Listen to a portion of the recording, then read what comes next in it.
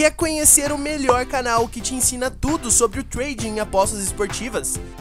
Então você tem que conhecer o canal do Roberto Teixeira. O meu nome é Roberto Teixeira, tenho 32 anos, comecei nas apostas há muito tempo, já faz mais de 10 anos. Você vai receber dicas e conhecer sobre o mundo do trading e todas as suas funções. Além de aprender com o Roberto, que tem experiência há mais de 10 anos no mundo do trading. Se interessou? O canal do Roberto está no primeiro link da descrição e também no card acima.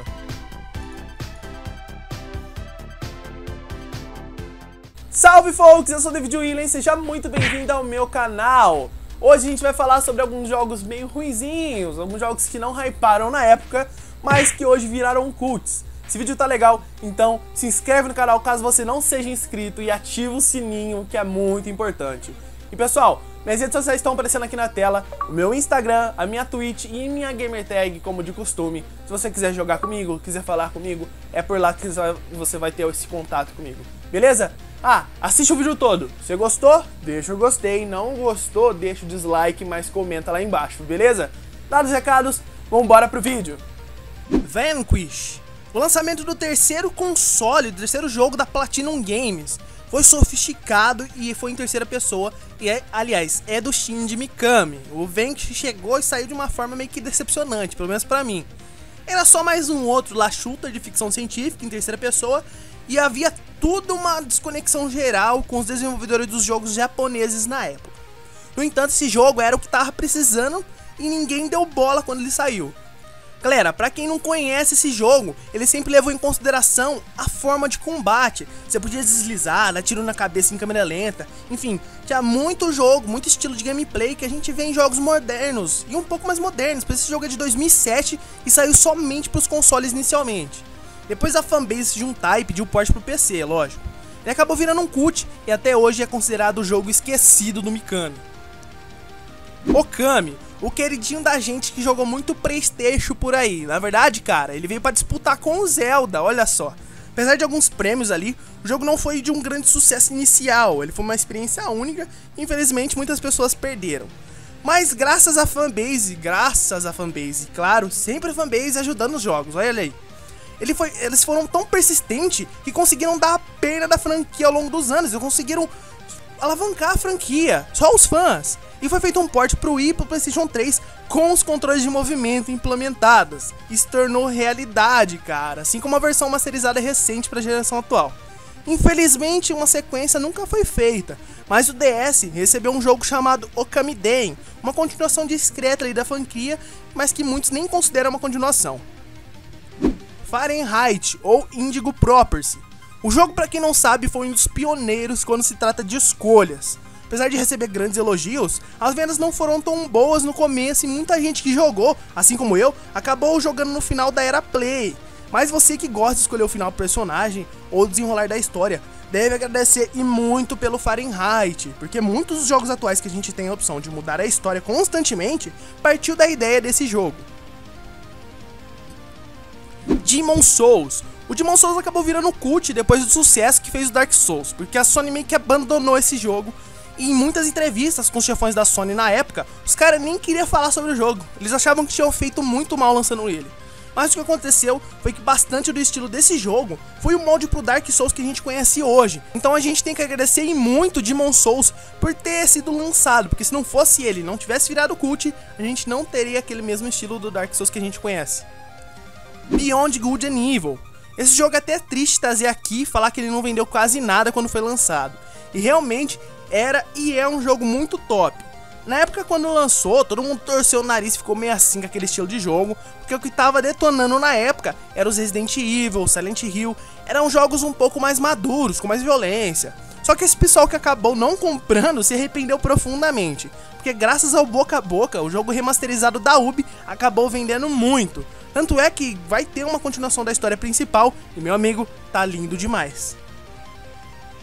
Nier, o jogo mais confuso que eu já vi na minha vida, porém é uma franquia muito legal.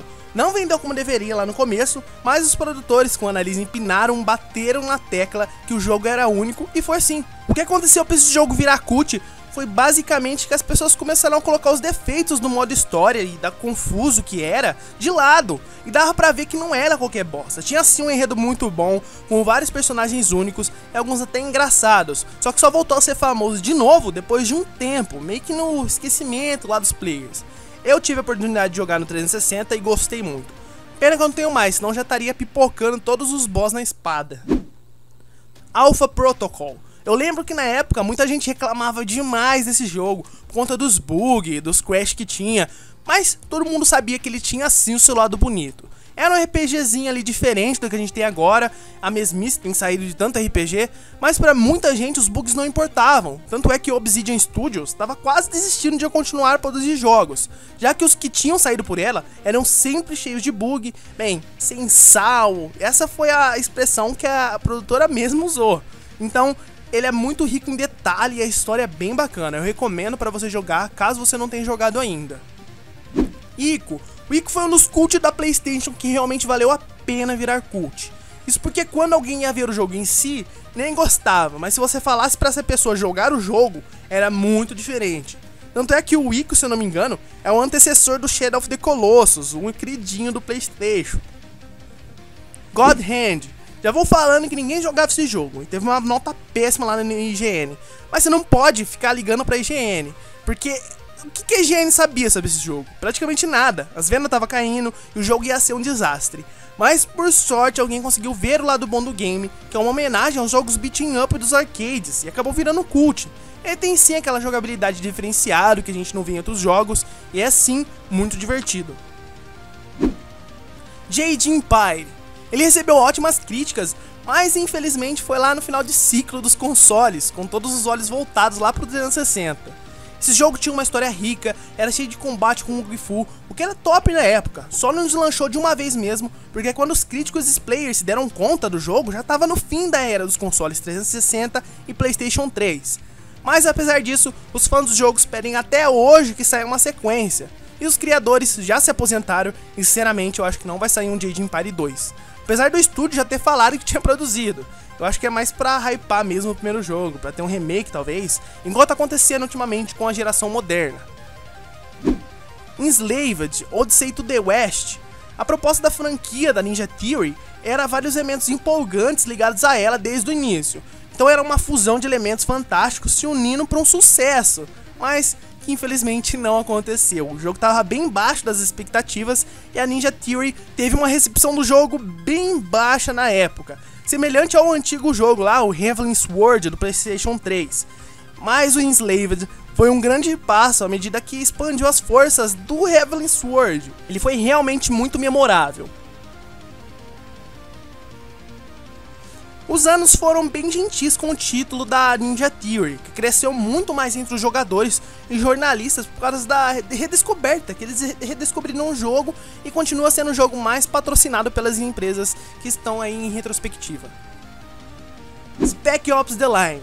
Ele foi lançado durante um monte de shooter ali em terceira pessoa e foi praticamente um AAA que não vingou na época. Tinha um esquadrão lá de 3 homens que ia pro Dubai, que era devastado pela guerra. Essa é uma cena específica e é considerado um momento mais angustiante do videogame. E com boa razão, porque tudo que tá destruído ali é culpa sua. É culpa do jogador que tá jogando, é culpa do protagonista. Foi um jogo corajoso, ele tentou fazer uma coisa diferente, uma fórmula nova. E felizmente essa reputação cresceu com os jogadores e os críticos começaram a defendê-lo como uma das narrativas mais fortes que tinham na época. Então foi sim um jogo que virou cult. Deadly Premonition. Ele foi uma tentativa lá do orçamento do jogo de horror de sobrevivência, com elementos de mistério, de assassinato, uma mistureira só. O jogo chegou sem muita promoção aqui na América do Sul, exclusivamente por Xbox 360. E imediatamente, os analistas acabaram com ele e morreu lá no começo. Praticamente já no lançamento ele já estava acabado. Mas eis que surge a fanbase de novo. Sim, a fanbase ajudou o Deadly Premonition. Ele se tornou um jogo aclamado por muitos devido à paixão do diretor mesmo em produzir um jogo desse tipo. As pessoas foram vendo o diretor, como que ele se comportava quando falava do Deadly Premonition, e acabaram gostando do diretor e o jogo hypou. Simplesmente isso. Mas o jogo é bonzinho sim. Psychonauts. O Tim Schafer era um desenvolvedor brilhante lá no auge da LucasArts. Mas quando ele começou por conta própria lá com a Adobe Fine Productions, ele inicialmente teve um momento difícil, tive muito drama e muito produto que ele tinha feito que não estava conseguindo encontrar as audiências. Apesar do status de querida crítica do Schafer puxar umas críticas bem fortes, o jogo só empurrou 100 mil unidades e levou a Majesco Entertainment a se aposentar imediatamente da empresa de jogos. Infelizmente, significava que as pessoas perdiam uma experiência muito boa e inteligente com Psychonauts, com personagens que eram agradáveis, um mundo, um design conceitual muito foda. Eu sei porque eu já fui designer, não sou mais. Então eu sei que o jogo é muito conceitual, a arte do jogo é muito bonita, tem aquele toque de perigo e escuridão também. A série está atualmente mais forte do que nunca e um spin-off de VR foi lançado em 2017 e o Psychonauts 2 oficialmente está em produção devido a uma bem sucedida campanha lá de crowdfunding, de juntar graninha com os caras. Killer 7. Esse jogo é sobre o grupo terrorista Raven Smile. Você simplesmente assume o controle do Killer 7 e detalhe, esse jogo foi feito pelo Suda 51. Então você já sabe que é meio viajado, mas que os jogos do Suda compensam demais. A propósito, os terroristas que eu citei são uma aberração sem pele, parecem invisíveis aos olhos humanos, e os Killer 7 são umas personagens divididas que são manifestadas na cabeça de um homem paraplético. Olha que foda! Às vezes alguns games podem ser puramente estranhos e simplesmente cativar a gente, um espaço completamente diferente do que a gente conhece. E não tem muita necessidade de pontos de trama ou lógica, isso não importa. Era uma experiência única e teria sido suficiente, e o Killer 7 fornece isso tudo, mano. E é muito top. Eu recomendo pra quem não jogou, foi a melhor época de Play 2 que eu já tive. Lógico que depois que já tinha saído lá daquela fase de GTA San Andreas, de Resident 4.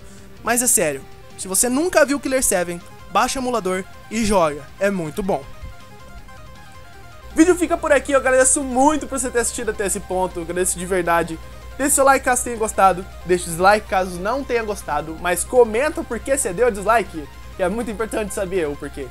E também, se inscreve no canal, ativa o sininho e, é claro, me segue nas redes sociais que já tinha falado lá no começo, que eu comento muitas coisas por fora do canal. Algumas, por exemplo, votações eu faço aqui na enquete do YouTube. Então é importante você ir lá na aba, direto na comunidade para atualizar, para saber o que está acontecendo com o canal, que eu explico tudo por lá. Beleza? É isso, fiquem com Deus e até amanhã.